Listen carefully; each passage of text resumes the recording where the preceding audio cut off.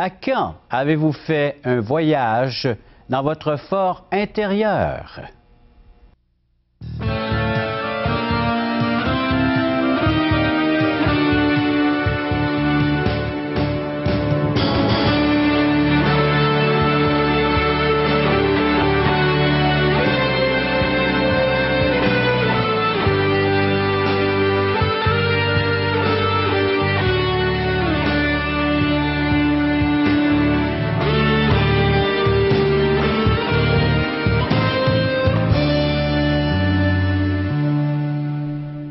Oui, chers amis, aujourd'hui, nous allons visiter le cœur de l'être humain. Voyage au cœur de l'homme. Plus de précisions qui vont suivre dans le cadre de cette émission. Pour l'instant, pendant cette demi-heure, vous aurez le plaisir, en plus d'assister donc à cette présentation visuelle, le cœur de l'homme, vous allez entendre Caro nous interpréter Lord, Seigneur. C'est un chant qui va nous parler de la personne du Seigneur Jésus. Et en plus, un témoignage, une vie donc bouleversée par la parole vivante qui est la parole de Dieu. Numéro de téléphone 1-877-l'Espoir, 537-7647 ou espoir.ca. Vous nous faites parvenir vos courriels. Merci à l'avance. Aussi, la demande de notre littérature que nous offrons tout à fait gratuitement. Chers amis, voyage au cœur de l'homme. C'est une présentation visuelle et on remercie toute cette belle équipe qui a bien voulu nous monter cette présentation sous forme de diapositive, avec musique, avec narration. Un voyage exceptionnel, un voyage comme vous n'aurez jamais vu auparavant. Imaginez, nous entrons dans l'être humain et nous allons visiter cette partie qui est appelée l'âme, le siège de la pensée, les sentiments de l'être humain. Alors, c'est ce qu'on regarde avec, il va sans dire, la parole de Dieu, parce que c'est toujours la parole de Dieu, c'est la parole vivante. Et j'aimerais vous lire ce texte de l'Épître aux Hébreux, chapitre 4, verset 12, où nous lisons « Car la parole de Dieu est vivante et efficace, plus tranchante qu'une épée quelconque à deux tranchants, pénétrante jusqu'à partager âme et esprit, jointure et moelle, elle juge les sentiments et les pensées du cœur. » Alors, êtes-vous prêt à subir, à passer ce test des sentiments de votre cœur vis-à-vis la parole de Dieu, la pensée de Dieu, la parole de notre Créateur? Et le verset 13 précise, « Nulle créature n'est cachée devant lui, mais tout est nu et découvert aux yeux de celui à qui nous devons rendre compte. » Alors, ce n'est pas le voyage astral, ni le voyage spatial dont je vous invite à prendre part, mais un voyage à l'intérieur de l'être humain, dans son âme, dans votre âme, et de vous identifier avec, il va sans dire, ce que nous allons voir, examiner ensemble, toujours selon les Saintes Écritures, la parole de Dieu. Prêt? Allons-y, dans ce grand voyage de l'univers qu'est la pensée humaine, les sentiments de l'être humain.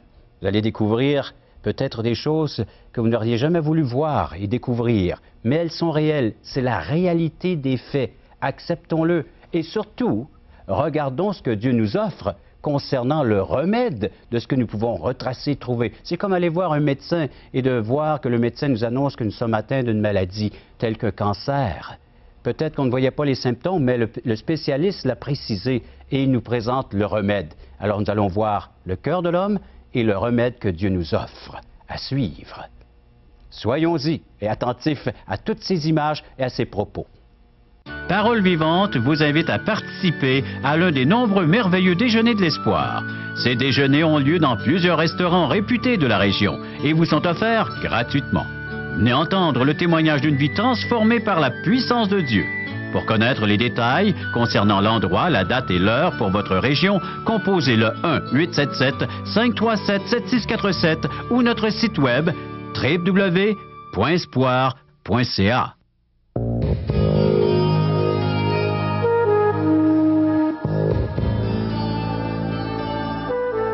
Nous vous présentons le voyage au cœur de l'homme.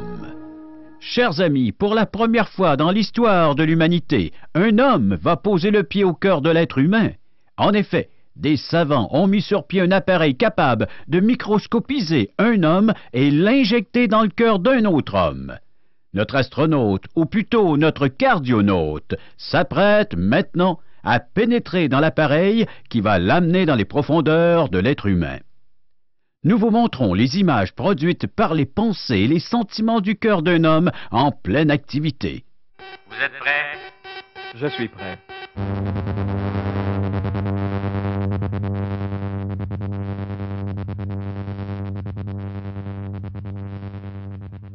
Allô, ici la base. Me recevez-vous? Oui, je vous reçois très bien. C'est merveilleux.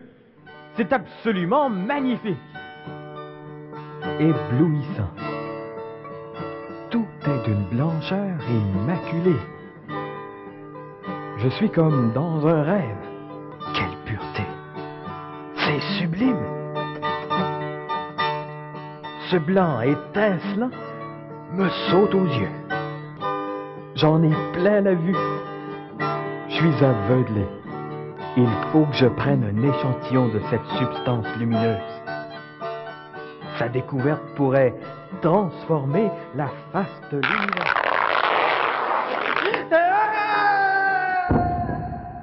Allô, qu'est-ce qui se passe?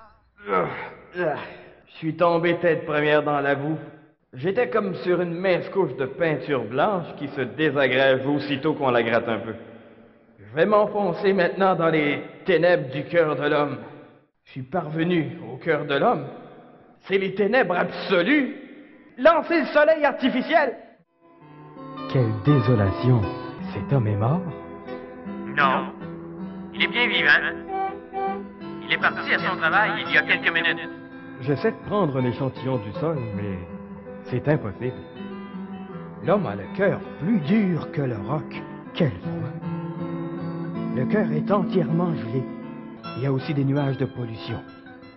C'est de l'air vicié. C'est irrespirable. J'étouffe. Je vois ici d'énormes fissures. Il a dû recevoir de durs coups. Les plaies sont encore ouvertes et ne semblent pas pouvoir guérir. Je suis maintenant en face de sentiers tout croche, tordus dans tous les sens, pêle-mêle. Et tous ces sentiers, tous, mènent vers un précipice. Un trou sans fin, un abîme. Je suis au bord de l'infini.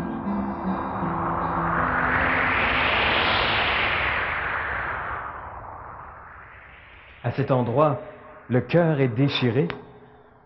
Certainement quelque chose d'une dimension infinie s'est séparé de l'homme et a créé ce vide immense. Attendez. J'entends des soupirs qui viennent du fond du cœur. Je vois une créature monstrueuse se diriger vers l'abîme. Elle transporte des objets et elle va les décharger dans le vide.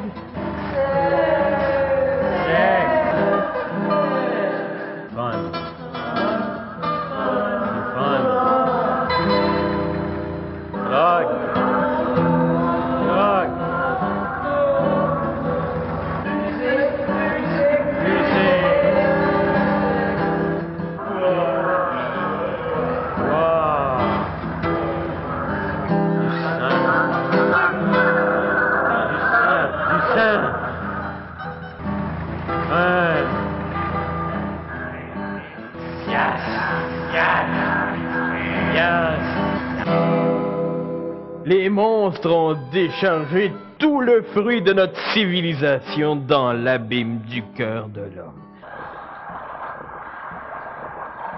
Tout en volant fumée. Le monde entier n'a pas pu remplir le vide qu'il y a dans le cœur de l'homme.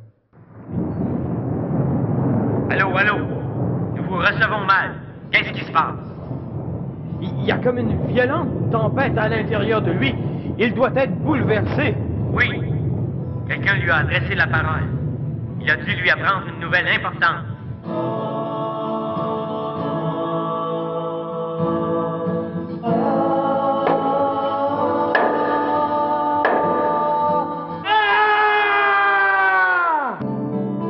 Un instant. J'entends des cris du fond du cœur à nouveau. Il est en train de prier.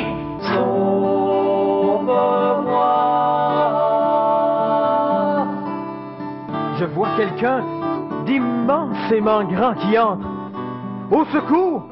Je ne peux pas supporter cette lumière. Je le vois. Le cœur est comblé entièrement par sa présence. Il n'y a plus de vide.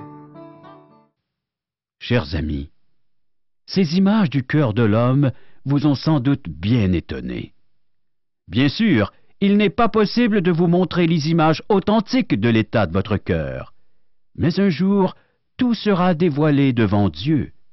Et ces illustrations ont été peintes à la lumière de sa parole. Elles ne sont pas le fruit de notre imagination, mais elles représentent l'état réel du cœur vu à travers les yeux de Dieu. L'homme s'est fabriqué une belle parure pour camoufler son état, vu que le verdict de Dieu lui est inacceptable. Il s'est mis à croire que la religion parviendrait à cacher la vérité sur son cœur corrompu. Que la réussite, la gloire, le triomphe réussiraient à couvrir la misère profonde de son cœur. Que l'épanouissement de sa culture et de sa science allait pouvoir masquer la médiocrité de sa vie. Mais tout cela ne trompe que l'homme lui-même. Ce n'est qu'une belle couche de peinture sur son cœur pourri. Il suffit de gratter un peu la surface pour se rendre compte que l'homme est demeuré dans les ténèbres spirituelles, qu'il marche aveuglément dans ses péchés, qu'il est déjà mort, quoique vivant en apparence. Son cœur s'est tellement endurci qu'il est devenu insensible à ce que Dieu dit. Il est rebelle à sa parole. Il n'est pas étonnant que l'homme soit malheureux, qu'il porte ses déchirures inguérissables au cœur. Et dans sa folie, l'homme s'est égaré loin de Dieu. Il a cherché 1000 détours au lieu de se tourner vers le médecin de son âme. Mais son cœur est insatiable. Lorsque Dieu s'est séparé de lui à cause du péché, il a laissé un vide immense, infini, un vide que le monde entier, avec ses passions et ses plaisirs, ne peut combler. Cette nourriture est éphémère, superficielle, et le laisse plus vide que jamais. Si tout cela n'a pu satisfaire le cœur, qui pourra le satisfaire? Sommes-nous condamnés à jamais? Non. Il y a une bonne nouvelle. Dieu s'est réconcilié avec l'homme. Il a mis fin à cette séparation. Par la mort de Jésus-Christ à la croix, la condamnation qui pesait sur mes épaules est tombée sur lui. Cher ami, regarde la voie sur laquelle tu marches présentement. Elle te mène à la mort. Avoue que, dessous ce masque que tu portes, il y a un cœur vide, terriblement insatisfait. Veux-tu la vie éternelle? Alors, par un acte de foi sincère, reconnais le véritable état de ton cœur et tourne-toi vers Dieu. Jésus-Christ se tient à la porte de ton cœur. Réconcilie-toi avec lui. Dieu seul peut combler ton cœur. Jésus frappe à ta porte. Chers amis, nous venons d'assister à tout un voyage. Voyage au cœur de l'homme. Ce diaporama, ces diapositives sont basées sur les écrits, sur les Saintes Écritures, la Bible. Entre autres, un texte. C'est l'apôtre Matthieu qui nous le rapporte et ce sont des paroles citées par le Seigneur Jésus lui-même qui nous dit dans Matthieu, chapitre 15, à partir du verset 18, il y avait un pourparler entre les chefs religieux du temps et Jésus, et les chefs religieux avaient dit aux apôtres, « Pourquoi est-ce que vous mangez sans vous laver les mains ?» puis ainsi de suite, toute cette cérémonie religieuse consacrée à la purification de l'extérieur. Et Jésus leur répond, à partir du verset 18, « Mais ce qui sort de la bouche vient du cœur, et c'est ce qui souille l'homme. » Verset 19, « Car c'est du cœur que viennent les mauvaises pensées. » Et là, il va énumérer des actions de l'être humain, les meurtres, les adultères, les débauches, les vols, les faux témoignages, les calomnies. Et verset 20, conclusion du Maître des Maîtres, du Seigneur Jésus lui-même, « Voilà les choses qui souillent l'homme, mais manger sans s'être lavé les mains, cela ne souille point l'homme. Qu'est-ce qui souille l'homme? Nous l'avons vu dans le diaporama, le Seigneur Jésus le cite ici. C'est ce qui vient du cœur de l'être humain. Vous savez, avant de pouvoir venir m'asseoir ici, dans les studios, devant les caméras, j'ai dû passer à une salle qu'on appelle salle de maquillage. Elle a de l'ouvrage, celle qui me maquille. Elle a beaucoup de choses à cacher, à camoufler, à dissimuler, afin que je puisse être présentable devant vous. Et c'est la même chose. Pour être présentable devant Dieu, il ne suffit pas de camoufler, de cacher ces choses, mais de plutôt les confesser. Celui qui avoue ses fautes, nous dit les Saintes Écritures, et qui les abandonne, obtiendra, par la miséricorde de Dieu, le pardon de ses péchés. Il faut réaliser que c'est un comportement qui est indigne d'un être humain, indigne d'une création de Dieu telle que nous le sommes. Nous sommes des êtres créés à l'image de Dieu. Il faut retrouver cette image. Et la seule unique façon de pouvoir retrouver cette ressemblance, cette image, cette relation intime et personnelle avec Dieu, c'est d'être lavé et purifié de tout ce qui souille l'homme. Et ce qui souille l'homme vient du cœur. Et c'est là que Dieu veut opérer cette œuvre merveilleuse de la purification. Laver, purifier de tout péché. Est-ce possible? Oui, les Saintes Écritures nous disent que c'est par le sang précieux du Seigneur Jésus, son sacrifice à la croix, que nous pouvons être lavés. Le sang de Jésus nous lave et purifie de toute souillure, nous dit l'apôtre Jean, entre autres dans une de ses lettres. Alors donc, vous n'avez qu'à aller vers Jésus, reconnaître l'état de votre être, de votre cœur, que vous êtes un être souillé, qui a besoin d'être lavé et purifié, et il accomplira à la perfection son œuvre de sanctification, de purification, de justification. Ce sont des termes que Dieu utilise, des termes de justice. Allez vers Jésus et dans une simple prière, reconnaissez l'état de votre cœur et demandez que son œuvre s'accomplisse parfaitement, et il l'accomplira pour chacun d'entre vous qui iront le réclamer, qui iront vers lui afin qu'il puisse devenir votre sauveur personnel. J'espère que vous allez faire ce pas de foi envers notre Dieu qui vous invite tous à le faire.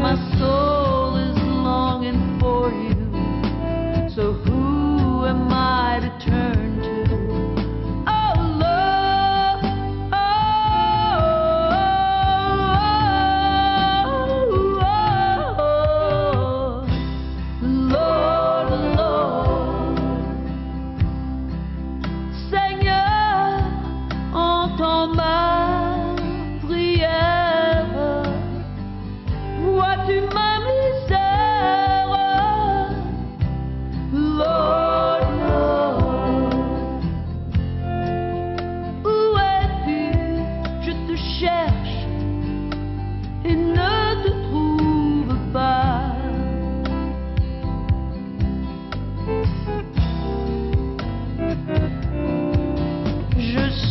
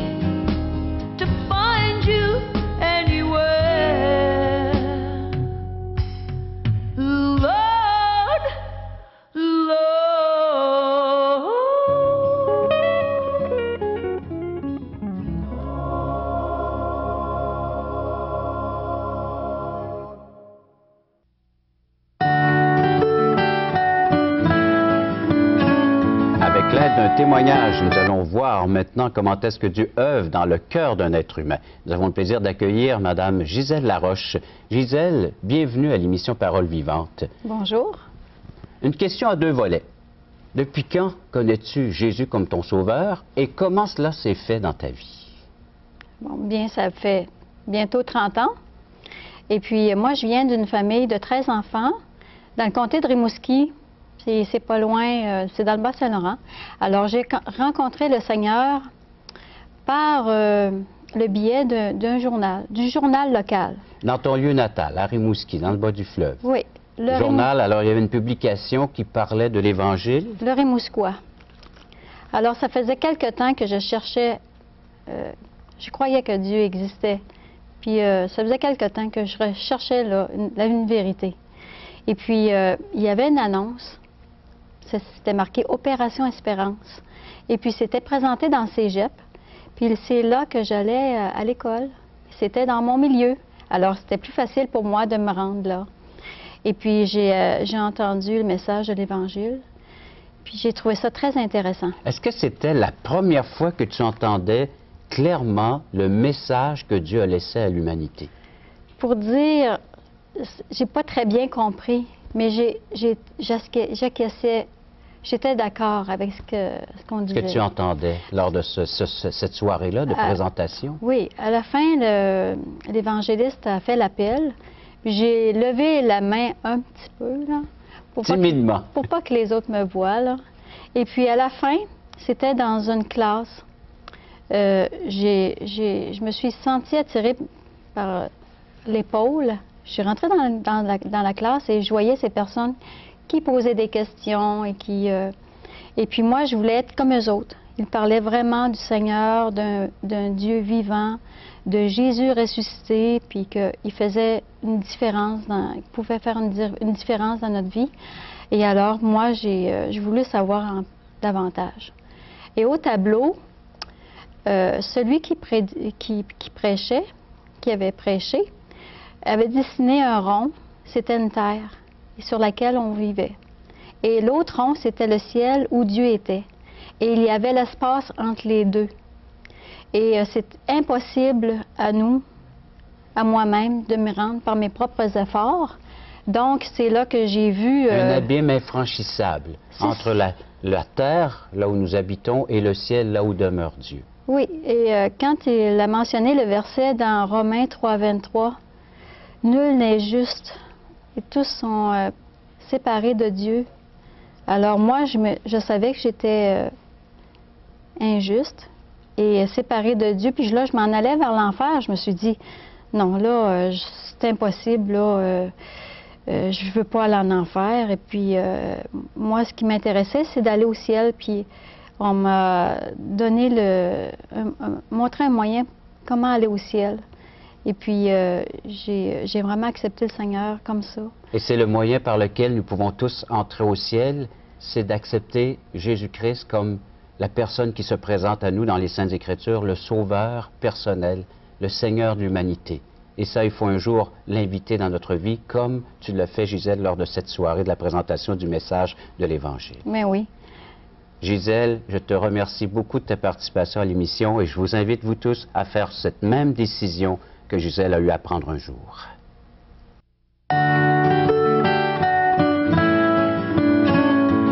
J'ai deux belles invitations pour vous, chers amis. Je pourrais dire deux bonnes invitations, car je vous invite à venir prendre un bon déjeuner, appelé les Déjeuners de l'Espoir, les merveilleux Déjeuners de l'Espoir qui se dérouleront dans la belle région de Québec. La date, je vous donne ça à l'instant même, c'est le 19 novembre à 9 h, deux endroits bien précis. Tout d'abord, le restaurant Le Normandin, situé au 5021 boulevard du Jardin à Orsainville, à Charlesbourg. Alors, 19 novembre à 9 h, bienvenue à tous.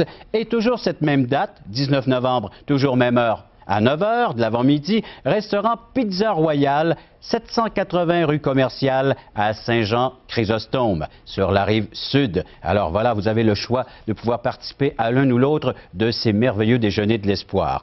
Également, si vous nous faites part par courriel ou par téléphone de vos commentaires, vous pouvez nous faire la demande de littérature que nous offrons tout à fait gratuitement. Vous avez la revue, entre autres, En Contact, méditation quotidienne de la parole de Dieu. Vous avez également Aujourd'hui l'espoir, c'est Jésus seul, et également des questions fondamentales sur l'existence de l'être humain. C'est gratuit, faites-en la demande. Au revoir et à la prochaine.